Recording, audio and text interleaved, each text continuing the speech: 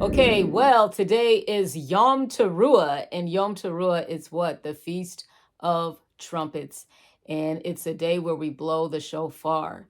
And the shofar is the voice of Elohim, it's the voice of God. And we are instructed in Leviticus 23 to keep his annual feast, and they are not nailed to the cross. So I encourage every Bible believer to keep all of the feasts that are listed in Leviticus 23. Now, I know a lot of people are saying that this is the new year, Rosh Hashanah. It's actually not the new year. And if I'm wrong, please show me in the scriptures where it says that the Feast of Trumpets is a new year. So this is basically, the shofar is a warning to get ready. We are preparing for the Day of Atonement, and the Day of Atonement is when we ask for forgiveness for our sins. I can't stress this enough. These are not Jewish feasts. These are the feasts of Elohim. These are the feasts of Adonai, the feasts of the Lord.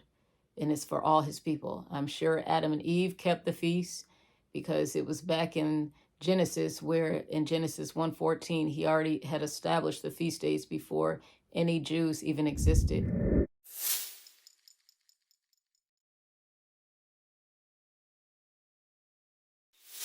So it's erroneous to say that these are Jewish holidays. These are for all Bible believers. Anyone who believes the Bible is true, they are not nailed to the cross. And if they are nailed to the cross, please tell me why Paul in the New Testament, after Yeshua HaMashiach had risen from the dead and ascended into heaven, why is Paul still keeping the feast? So anyway, this is Yom Teru'ah. It's a Shabbat.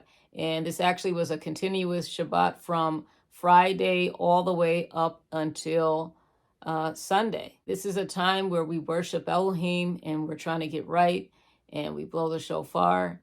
And I hope you have a blessed week. And that's all I have for you today. Shalom.